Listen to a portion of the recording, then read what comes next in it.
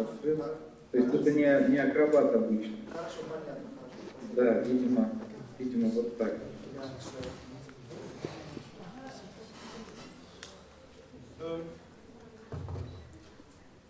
Je vous souhaite la bienvenue encore une fois. Nous allons reprendre notre session en plénière sur un thème qui porte plus sur la modélisation maintenant. Ce n'est pas la théorie de contrôle des UDP et tout ce qui est numérique. Avec un professeur de connaissance de notre collègue Dr Wassim Merchla, puisque à la base notre collègue a fait son doctorat à l'université de Tombor, donc chez eux. Professeur Burlakov, qui va nous parler sur mathematical modeling of macro and meo scale electrical activity in the neocortex based on neural file theory. You can start, Professor. Okay, thanks a lot for the introduction, and I must say that I'm very honored and delighted by the invitation to present the results, my results, and the results of my colleagues on this workshop. My talk will be devoted to some mathematical problems arising in the modeling of the brain electrical activity on the macro and meso levels, which is standardly measured by non-invasive methodics like EEG and MEG. First of all, I will start with a couple of words about the main objects of our study, the human brain. Then I will sequentially move from the general settings with mathematical problems to more concrete problem settings, working with certain types of solutions which are relevant from the perspective of neurophysiology. And lastly, I will show some numerical results which are based on the mathematical tools we developed and which I will present today. So, first of all, let's have a look at the brain cortex, which is responsible for the most of cognitive functions of humans and other mammals.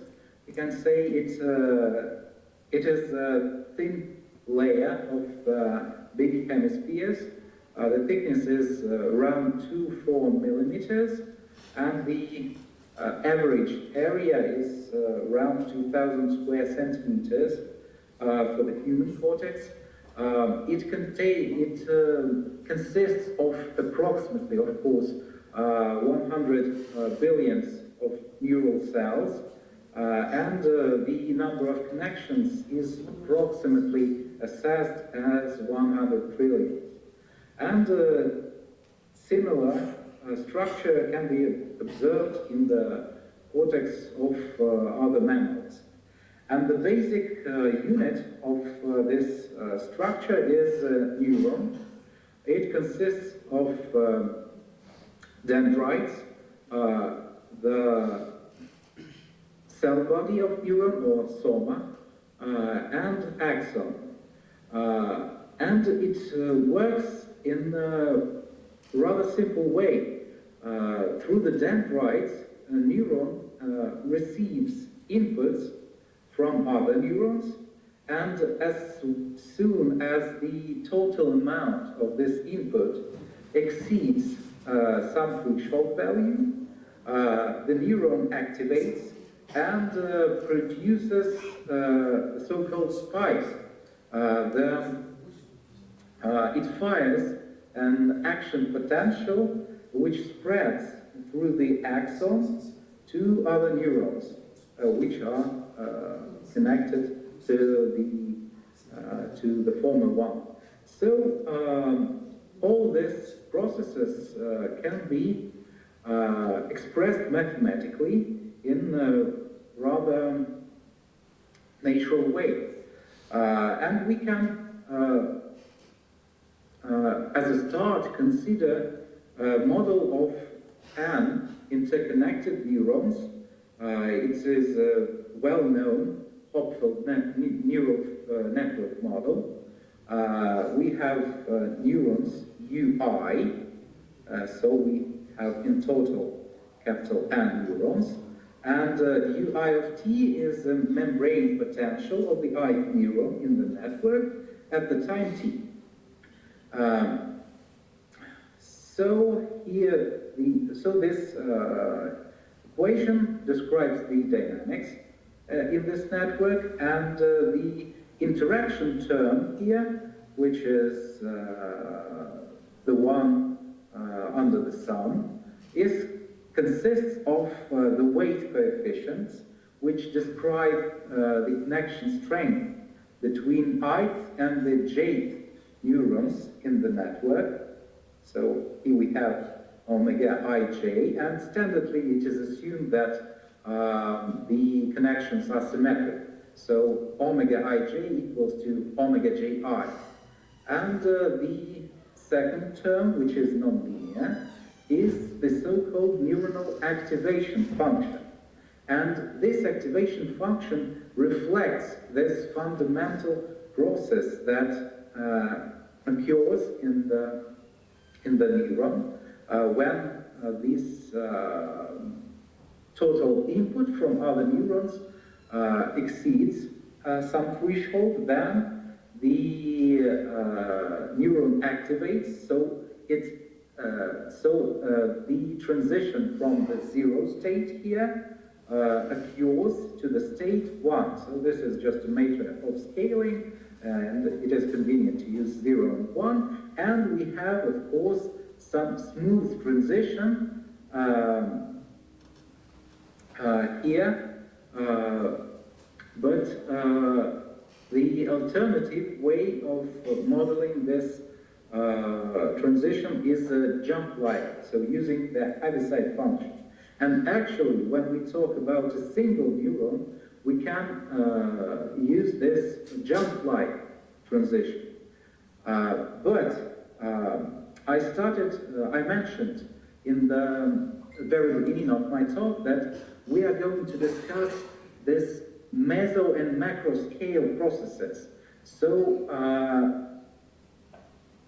the number of neurons involved in this processes are just immense. So a better formulation that captures the activity could be formalized as continuous limit of neuronal network when n goes to infinity, and thus we obtain the so-called neural field model,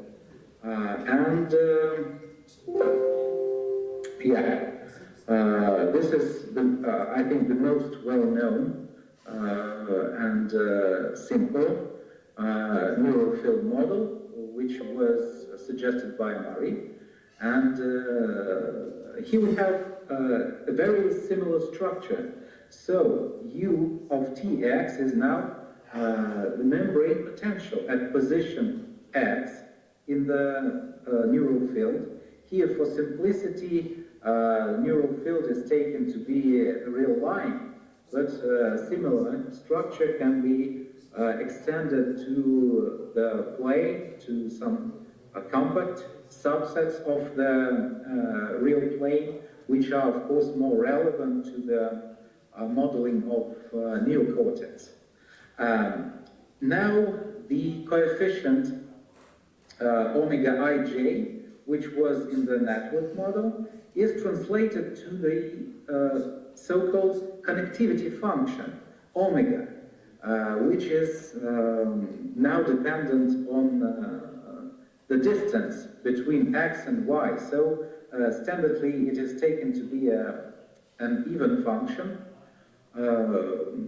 and yeah, the sense is the same. So it is the strength of connections between the neuronal elements at position X and at position Y.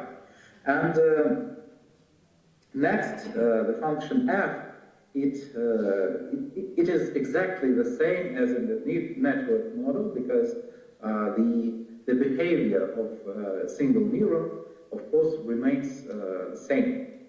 And now we, of course, cannot assume that this neuronal activation occurs in the jump-like way, because this is the setting of this model belongs to the field of statistical physics.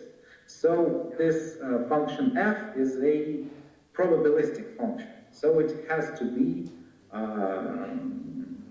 continuous and smooth, even. So this transition is probability of activation, considering that we have an infinite number of neuronal elements.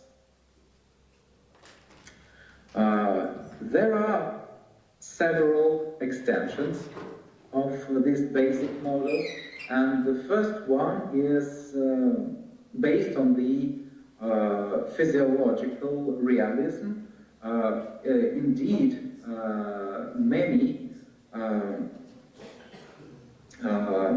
many parts of the brain contain populations of neurons that are responsible for excitation processes, and other populations which work in the opposite way. So they are responsible for inhibition. And here we simply understand U as a vector function with two components.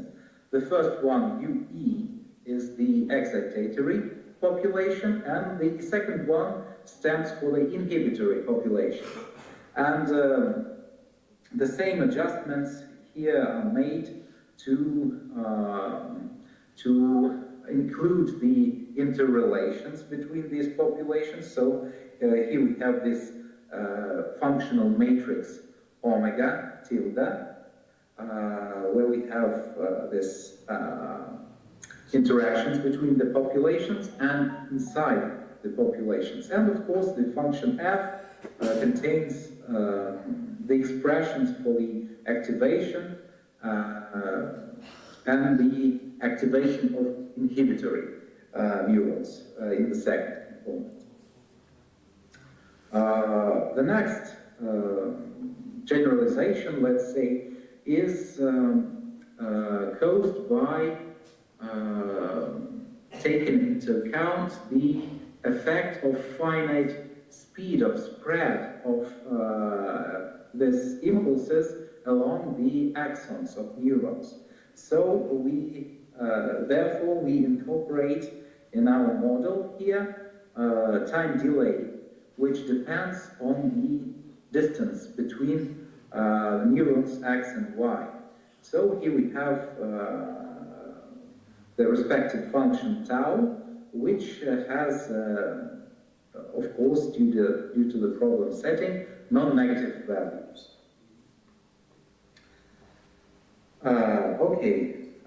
The next setting. In the next setting, we still discuss the possibilities of use this approximation of this smooth sigmoidal activation process by the jump-like function, which is conveniently formalized by a Heaviside function here with some threshold theta. Of course, this model is not a statistical physics equation, but in some cases, I should say that actually in neuromathematics, people very often consider this Heaviside function as a discontinuous limit of this sigmoidal functions, when they simply become, when this transition between 0 and 1 becomes more and more steep. So in the limit we get this kind of discontinuity. But they do not include any justifications of this kind of replacement, of this kind of limit transition. And of course, this can be rather significant problems. And but on the other hand, the use of Heaviside functions as activation function have some advantages. And of course, firstly, it is possible to derive closed form expressions for quite a lot of important types of solutions, and some of them are not only interesting from mathematical perspective, but important from neurophysiology point of view. And of course, if we are going to make any simulations, it is much more convenient to have this nonlinearity taking only two values, 0 and 1, rather than having this this nonlinear transition between these values. On the other hand, we can list some, I would say, rather obvious disadvantages of incorporating Heaviside activation functions in the modeling frameworks. And the first of all is, of course, that in the general setting, initial value problems will be ill-posed, and even more, solutions to these problems even may not exist for some cases. And I'm going to show here very simple examples. This one is from the work of my colleagues. And here we consider a simple point neuron model with Heaviside activation. And we take two initial conditions which are located very, very close to each other. So we can take epsilon arbitrary small here, and the trajectories of dynamics of the solutions to this equation with these two initial conditions will be separated by this constant omega. So this is an illustration that this problem is ill-posed. And the second example involves two neurons, and the excitatory neuron, the first one, and inhibitory. We also equip this system with some time delay, expressed here by some positive constant tau. So it is delay between the two neurons. So we have these delays here and here as well. And we have some external inputs to these neurons. And of course, as soon as we have time delay, we need to define prehistory functions for both components of our system. So we define phi e and phi I on the segment from minus tau to 0 in order to be able to solve this problem.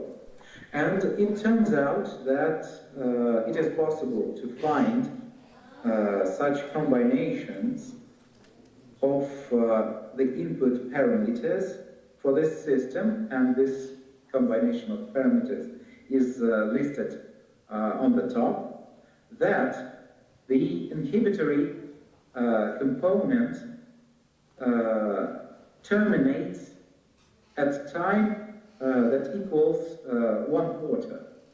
So solution doesn't exist everywhere to the right of this point. And this is the consequence of using this Heaviside activation function. So we may observe that indeed one should be very careful trying to facilitate numerics, or when working with some explicit expressions for solutions, and when we try to replace this sigmoidal activation function, we anytime need to prove that this replacement does not affect the solution greatly. So the solutions remain closed in both continuous and discontinuous cases. And in the next results I'm going to present, we construct an approach based on a suggestion by Alexei Filippov, who found a convenient way to treat differential equations with discontinuities in their right-hand side, and we apply his idea to the setting of neural field models. And the main idea consists of the following replacement. We, instead of a discontinuous mapping, here we have a Heaviside function with a threshold theta, we consider a set value mapping. So we simply fill in this jump with a set of values. So at this value theta, the activation function becomes multivalued. So the value is the whole segment from 0 to 1. And thus, instead of considering integral differential equation, we start considering integral differential inclusion. And this allows us to treat this discontinuous case properly, and also get some additional continuous dependence results, which I'm going to formulate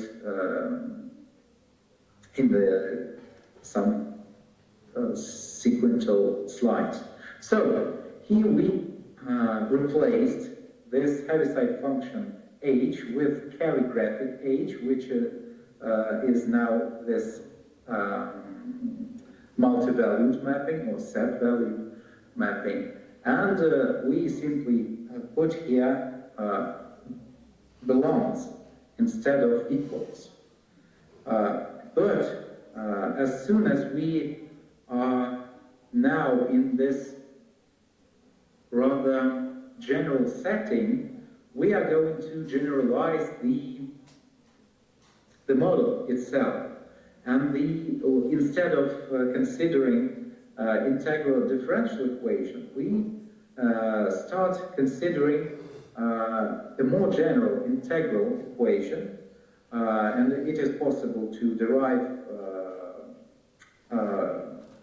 the form of this kernel W for any type of integral differential equation phi. So there is a kind of one-to-one correspondence. But we of course can consider more general kernels here.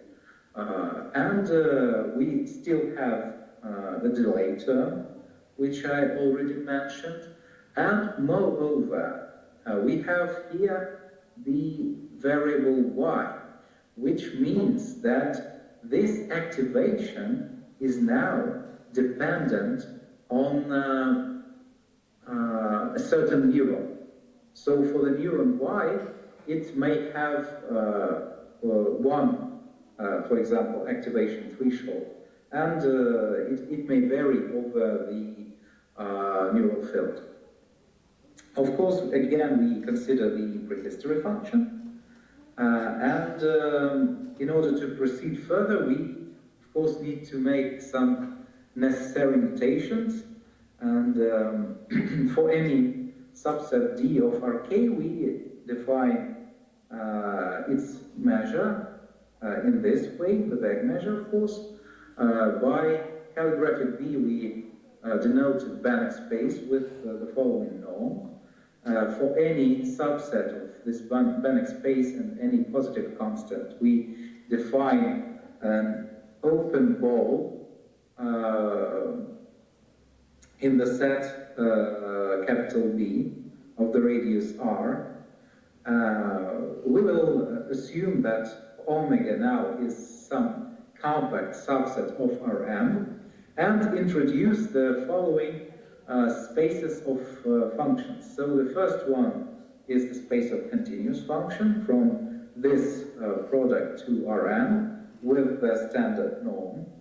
The next space is the space of Lebesgue integrable functions defined on the product of the segment 0 to t times omega to Rn with the standard norm as well. So we consider here the norm of two integrals. Then standardly we denote by L infinity the space of essentially bounded function with, again, with the standard norm. And now we may formulate our basic assumptions for our modeling object. Consider the connectivity kernel, which now is the connectivity in both space and time. So we can interpret it as containing a memory function.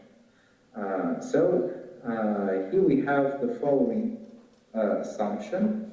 So we assume that this kernel, as a function of the second and the fourth arguments, is essentially bounded, and the mapping from Tx to this space is bounded as well. And of course, we need the following condition, which guarantees continuity of the whole integral operator with respect to the variables t and x. So we now use this condition. It is rather standard. A simpler forms for the Hammerstein operators can be found in many textbooks on function analysis. Then we determine our assumptions with respect to the multi-valued activation function. And we assume that for almost all values of the first argument, the multi-valued function as the function of the second argument is convex and compact valued and upper semi-continuous. And for any positive R, the function h as a function of the first argument is integrally bounded by some function eta of R, and again, this is a more general assumption than we need. Of course, in this setting, when we have this simple function, we have this bound. So eta R is simply function that is identically equal to 1. But as I already mentioned, we are trying to work in as much general setting as possible, because this result may have other interesting applications which do not lie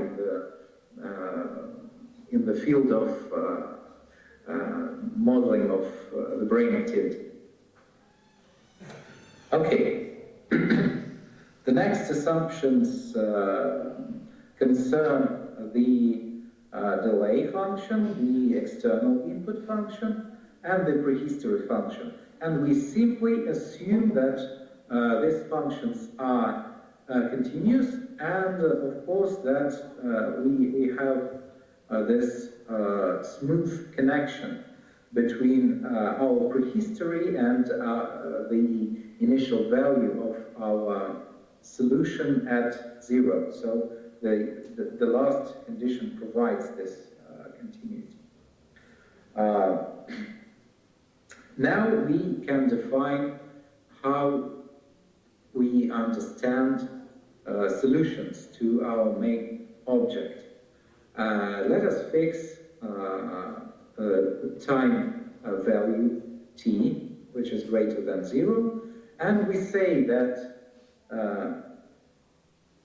I'm sorry, here we have u psi, it should be t instead of psi. So u capital T is a t-local solution to our main problem. If this element ut satisfies this problem on this set. So it is rather natural. We understand OK here is a mistake as well. Here should be u, I think u infinity. So yeah, just like here. So u infinity is a global solution to our problem if for any t, the restriction ut of this u infinity is a t-local solution. And we also define maximally t calligraphic maximally extended solution as a mapping from this semi-interval times omega to power n.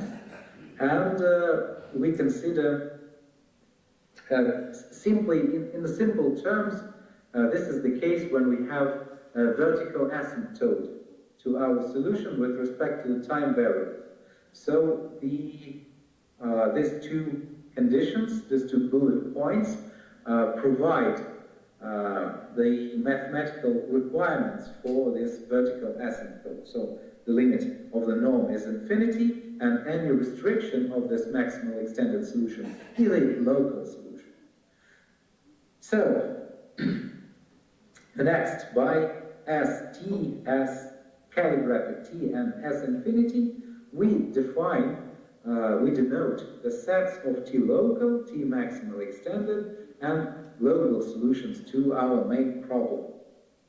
And then now we can formulate the main result, one of the main results of this part, and it sounds as the assumptions we listed above, the assumptions A1 to A5, guarantee that the problem has a t-local solution, and any t-local solution can be extended either to a global or to a maximally extended solution.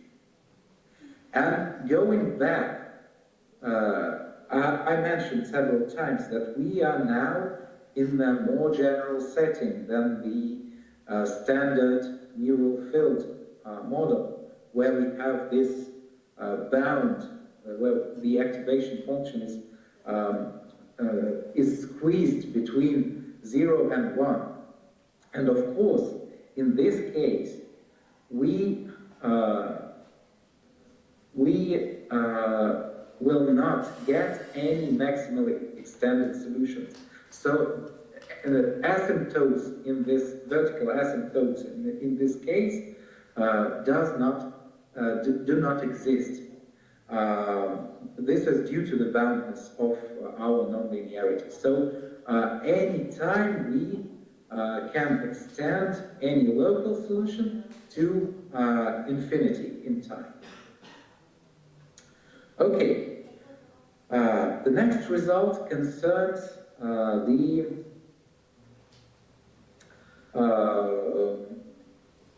continuous dependence property, and in order to investigate it, we parameterize this nonlinearity by some parameter from the metric space lambda, and consider similar problems but with parameter. And we can formulate the following theorem. We still assume that our basic assumptions A1 to A5 hold true, but now for all values of our parameter. And then we, of course, for any lambda, can establish the existence of the types of solutions in the sense of the first theorem. If additionally we assume that the nonlinearity, multi-valued nonlinearity, is integrally bounded by some function ether r, which is not dependent on lambda, so this function exists uniformly for all lambdas from some vicinity, some ball centered with centered in some fixed element lambda 0, then we can assume that we have a set where we do not have asymptotes for all values of lambda from this ball. So for all lambdas we have locally local solutions defined on the segment from 0 to t hat to this value. And we, in this case, we also can prove that the set of solutions is relatively compact in the respective space of continuous functions. If we additionally assume this type of convergence in our nonlinear parts, nonlinear multi-valued parts, so this is convergence in measure, we can say that this convergence holds uniformly for all elements u here, so u0 here is the same, and this is the convergence of the form. We can say that the mapping H calligraphic is upper semi-continuous with respect to measure in the variable, in the first variable y. So that is the main sense of this assumption. And if we assume this, which we name as B1, then we can prove that the mapping which translates any parameter lambda into the corresponding set of solutions is upper semi-continuous at the limiting point lambda 0. So this is the main result which allows us to establish convergence of solutions. Of course, this is rather a rather weak convergence. It has the type of compactness, I should say. So this is not kind of point convergence. We need to make some extra assumptions to guarantee this standard sequence to the point convergence. But anyway, this is the framework which allows to relate the set of solutions when we have, for example, discontinuous jump-like activation and continuous. So we may assume that we have a sequence of lambdas, and for each member of this sequence we have this sigmoidal shaped activation. And at the limit, only at the limit, we have this multivalued function. And in this case, we will get this type of continuous dependence result. So, here was the kind of the most general part of my talk, and now I'm going to reduce the level of generality and talk about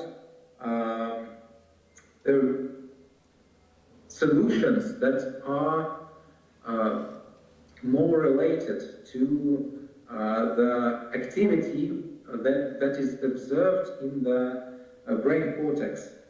And of course we collaborate with neurophysiologists. We have collaborations with the Institute of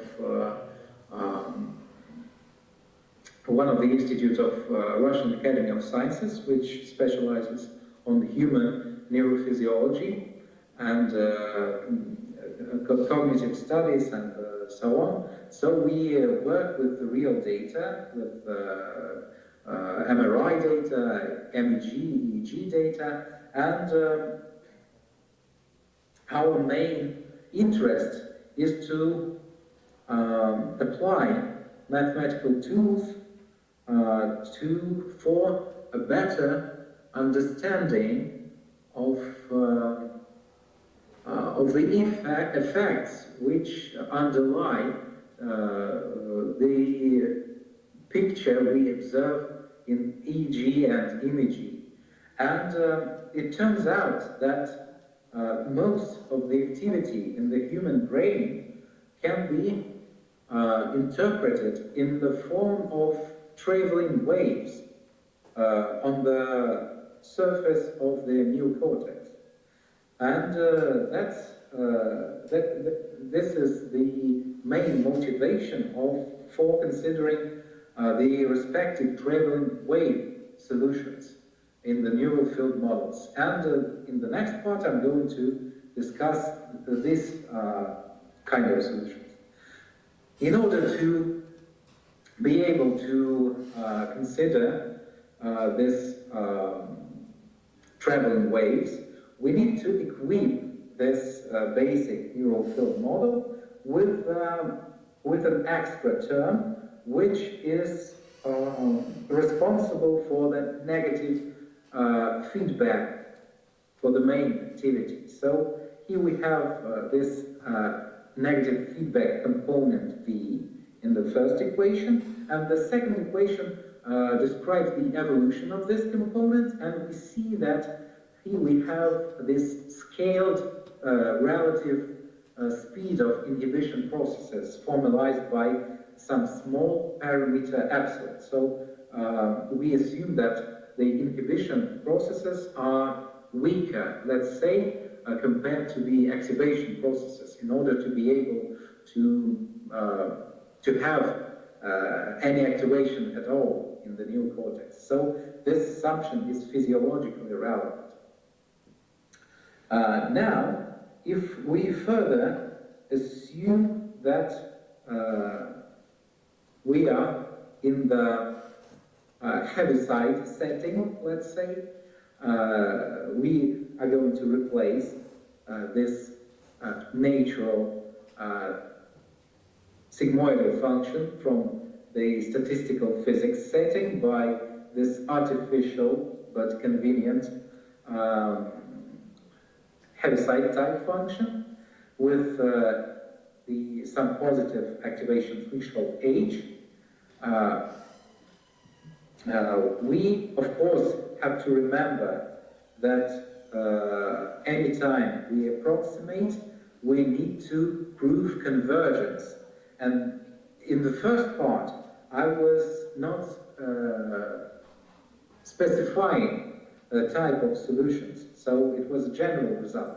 And here we will justify the convergence of traveling wave solutions when we have this kind of asymptotics for sigmoidal activation, so they approach to this jump-like activation, which is presented in red on this slide. But we, of course, in order to proceed, need some further notations. So we assume that M here is a metric space, and we denote ball in this metric space, B, with radius epsilon. We, for any subset, D, we define by this category D boundary, so it's a standard notation. D bar is the closure, so again standard. We consider the real numbers with the standard norm. And we introduce mu to be a Lebesgue measure on the real line, and consider the space of Lebesgue measurable functions from R to R with a standard norm. And we consider the following, maybe not very typical spaces, not very standard spaces. The first one is C1 tilde, is the Banach space of continuous functions, satisfying the following limiting assumptions. And of course we assume that the first derivative is also continuous. And as soon as we have these assumptions, we may introduce the norm, despite that the functions are defined on the whole real line. The second space of functions we understand as the continuous functions defined on the set from 0 to infinity and having their values in the first space. And we understand this as a locally convex space with topology of uniform convergence on compact subsets of 0 infinity. Okay. Next. Now we may introduce our next basic assumptions. We assume that the kernels omega, now it is again this connectivity, spatial connectivity, is both Lebesgue integrable and belongs to the class of functions C2. So it's twice continuously differentiable. I must say that this is a rather realistic assumption if we talk about standard neuromathematics, because typically omega is assumed as a combination of exponentially decaying functions, symmetric exponentially decaying functions. So again, we assume here f to be an activation function, and now it is parameterized by beta, and at the limit value beta equals to 0, we have the Heaviside function, and for each beta greater than 0, we have a continuous function, like just on this plot, and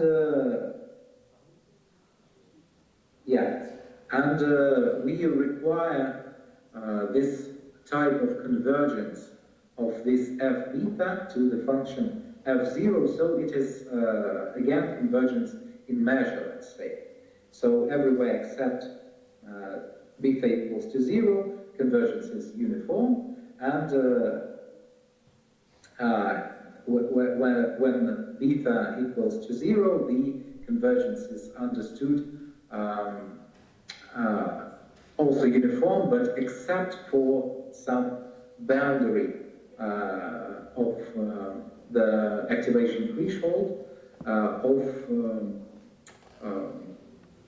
arbitrarily small measure. Yeah. Okay, now we introduce the concept of a traveling wave solution. We understand U to be a traveling wave having the speed c if the function u of tx can be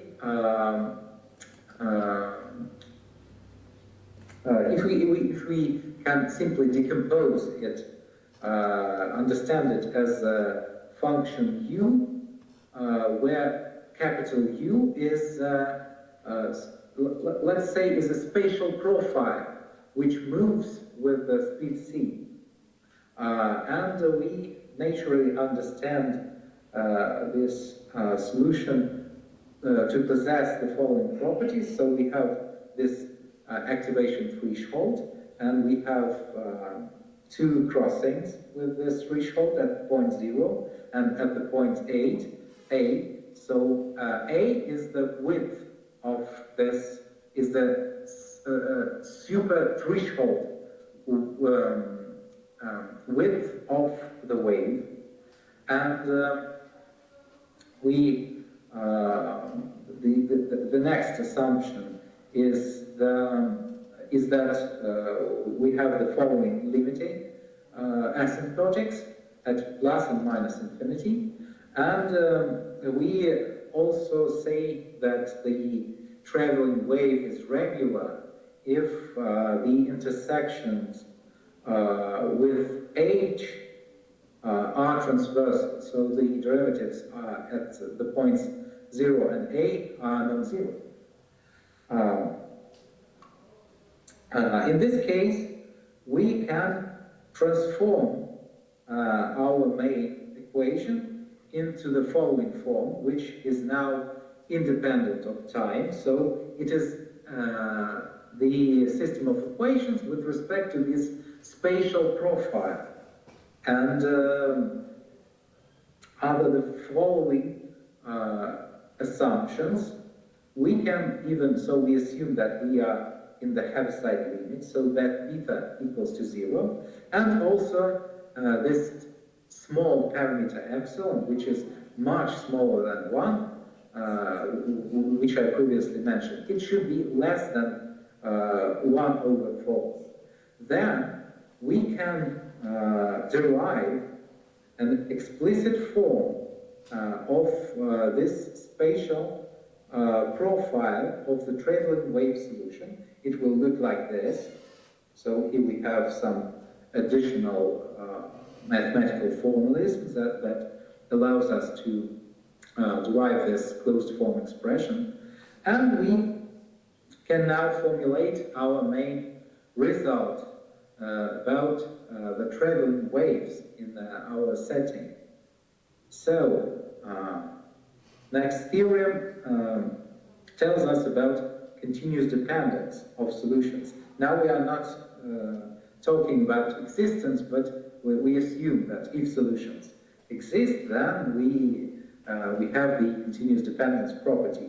But later we will discuss conditions that guarantee the existence of solutions. Okay, we assume that our basic assumptions on the functions involved in the neural field equation hold true.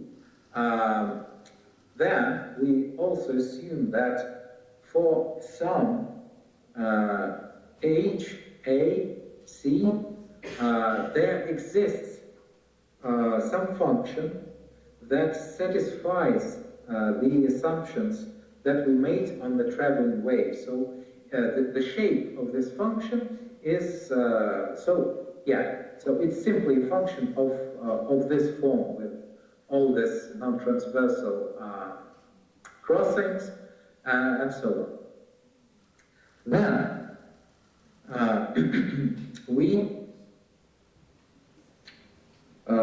if we assume that for any beta in some vicinity of this functions, we have solutions to our main system, then the limiting point will be a solution in the Heaviside limit case. So it will be simply, it will belong to the closure of this set of solutions. And if in some closed ball of radius sigma, this limiting solution is unique, then the solutions U beta converge to this solution U0 as beta approach 0. So this theorem justifies the this limiting transition without proving existence result. However, the next theorem allows to formulate, to guarantee the existence under some reasonable assumptions. So, first of all, we assume that all conditions of the previous theorem hold true, and if now there exists this solution U0 that satisfies our assumptions with respect to the traveling wave, and it is unique, and the topological degree of the following operator is not 0, so we can notice here that this is the limit case. So this is the operator which corresponds to the Heaviside function, where we have the closed form expression for the right-hand side for our solution. Then we can guarantee that for any beta from 0 to 1, there exist solutions for the continuous activation functions that approach this Heaviside function. And now the whole proof boils down to the verification of this fact that the topological degree is not equal to 0. And in this case, in this limit case, we find out that the corresponding operator can be understood as a finite dimensional operator. So everything is translated into the field of derivatives. And in the case of traveling wave of the width A and speed C, we can formulate conditions which guarantee the existence, and the conditions are as follows. So they are interrelate our main constants, which are the speed of the traveling wave, the strength of the inhibitory processes in our neural field. It also captures the width of the super threshold part of the wave, and of course the activation threshold. So as soon as we found the combination of parameters that this system holds true, this equality holds true, we can say that the traveling wave in the heaviside case exists. And continuous dependence result boils down to the verification of the following condition. So we may notice that the condition is very mild, let's say. So condition is not equal. So if we change a bit some constant here, or we change a bit this function omega, then probably if we were in this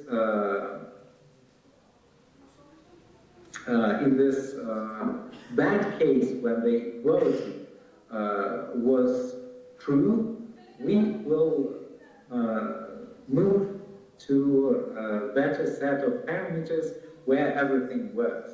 So if we now are talking about practical implementation, we can simply verify numerically these assumptions and the assumptions from the previous slide, and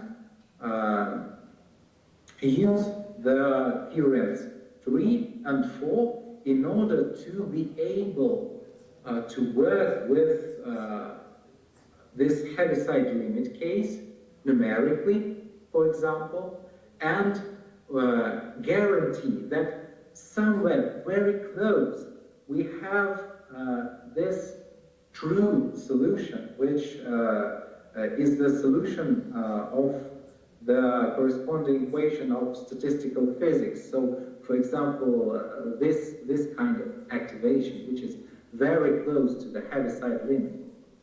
So the corresponding solution is close as well to what we found numerically. So it was the main result of the second part of my talk, and now I'm going to demonstrate some of our numerical achievements with colleagues which are related to the reconstruction of electrical activity in the neocortex observed by EEG and MEG. And yeah, I will now switch to other document, and yeah, let me show it here. So here on the left we have the real model of a subject neocortex. It is obtained using MRI, and on the left we have the picture of the spread of activity evoked by stimulation of, I think it was the index finger on the right hand. So this is the effect of stimulation. The backward activity is now not reflected here, just for convenience of presentation. It's simply filtered. And on the right, we have the result of simulation. So we solved the problem of reconstruction of parameters of our mathematical model, and the resulting solution, as we can see, is very close here. So here we have time equals to 10 milliseconds. Here we simply observe the same activity, but the model is the model of the individual model of the cortex is now transformed in order to depict the parts of the neocortex that are hidden in the sulci of the brain. So yeah. So this is 10 milliseconds, 20 milliseconds, 30 milliseconds, and 50 milliseconds. So the activity looks very much alike, and now I think I will demonstrate their respective videos. Okay, so this is what we have in the MEG measurements. So here we have here we simulated only 55 milliseconds of the activity. Here we have the simulated activity. Yeah, the same is on this transformed surface of the cortex.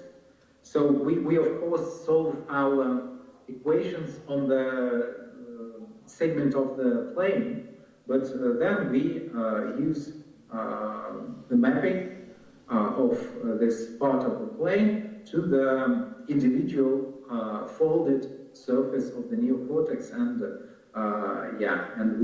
we are able to present this kind of pictures. Yeah. So, of course, this may have very interesting applications, actually medical applications. For example, for epilepsy, we have, I think, more than 30% cases that are tolerant to medication. So the only way out is surgery. And now, in order to detect this pathological epileptic foci, the standard way is to put 2D microelectrode array just in the brain cortex and try to evaluate the epicenter of logical activity from this measurement.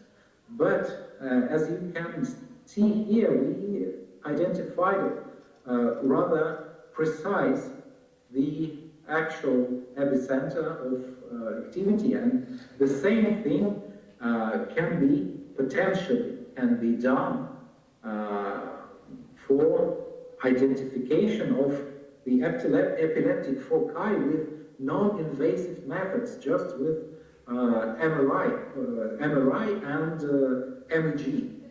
We don't need this, for example, two measurements.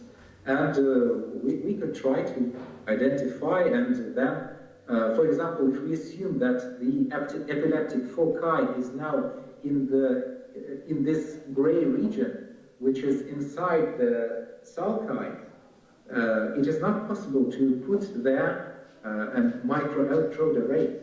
So standardly, the surgery assumes the taking out a greater amount of gray matter in order to be sure that the epileptic focus is removed. Okay, so maybe as a conclusion, some other interesting results. It is interesting for was interesting for our colleagues in neurophysiology. Here we have the epicenters of these traveling waves. And this is, you can see it on the video that these epicenters are connected with the blue lines, and these connections are sequentially. So it goes from the preceding to the actual, to the next epicenter. And this is a reconstruction of the MEG data taken when the subject was looking at, let's say, a standard surrounding. So it is the visual cortex. It was a perception of the objects that subject was used to. So we simply have this concentrated activity in the occipital cortex, which is responsible for the processing of the visual stimuli. And you may see that the speeds of these jumps of the epicenter are not very high. But the second video demonstrates the solution of rather simple geometrical tasks. And now you may observe that the epicenter of the traveling wave activity, epicenters, they jump from the occipital lobe, which is responsible for perception, for the preliminary work with the visual information. It jumps to the frontal lobe, which is responsible for higher cognitive functions. So it really shows how human brain works. So in order to solve a geometrical problem, you need to not only perceive something, but also think. So our colleagues on the neurophysiology side was very impressed by this kind of result that supports this natural assumptions on how our brain works. So I think that is all I wanted to tell you about our work in this direction. And yes, thank you very much for your attention.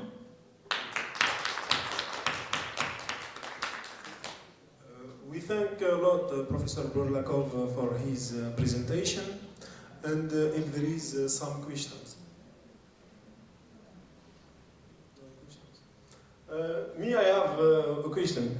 Is there a possibility to use a probabilistic equation in the Heaviside chosen equation instead of using a mapping equation?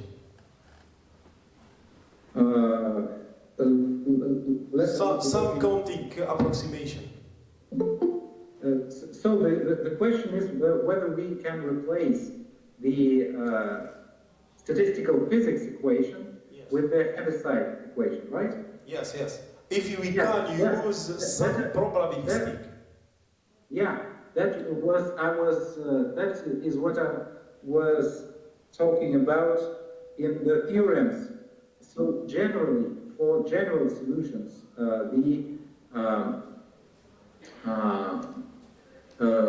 this possibility was guaranteed by theorem 2. Let me demonstrate it here. Yes.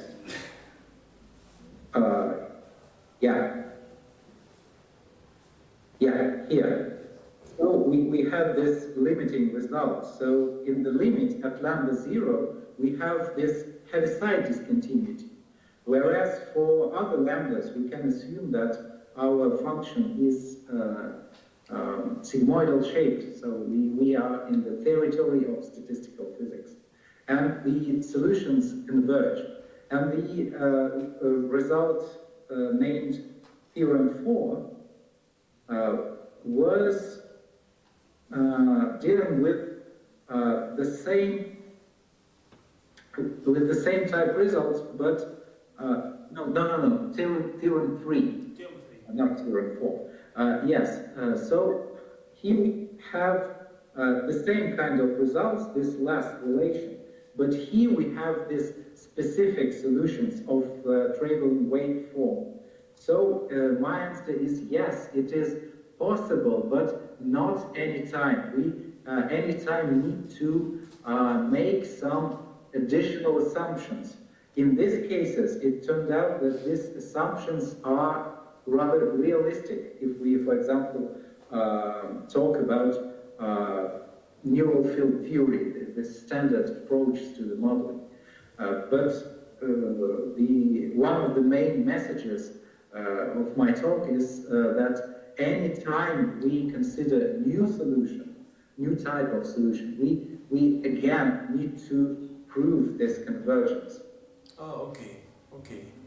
Yeah, thank you very much for thank you. You are welcome in Algeria when you want. Okay? I'm sorry? I say that you are welcome in Algeria when you want. I don't understand. Он сказал, что добро пожаловать в Алжирию в любое время, которое вы хотите. Thanks a lot. Thanks a lot. Также я хочу поблагодарить вас за замечательный доклад и о том, что вы участвовали в нашем программном комитете. Также я хочу поблагодарить моему руководителю Евгению Жуковскому-Семеновичу, Татьяна Владимировна Жуковская, Сергей Евгений Семенович и наш заведующий кафедры Елена Александровна Панисенко. О том, что они участвовали в нашем программном комитете. Также у нас есть отношения и сотрудничество между нашей лабораторией, директор лаборатории и вашу кафедру. Евгений Семенович, здравствуйте. Спасибо. Очень рад вас видеть снова, уже 1 год я не появился в России. Взаимно, тоже очень рад. И привет от всех с кафедры, и привет нашим алжирским коллегам. Мы всех рады видеть, но у вас, конечно, особенно. Спасибо. Тоже там есть картинка, это Курмагоров. Вот. Да, Курмагоров. Да. Курмагоров очень известный ученый в России. Также он родился в нашем городе Тамбов.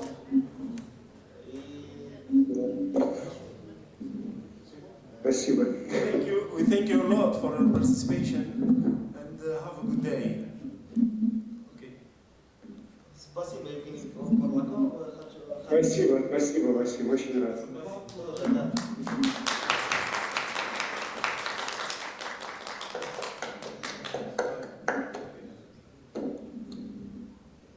Все тогда.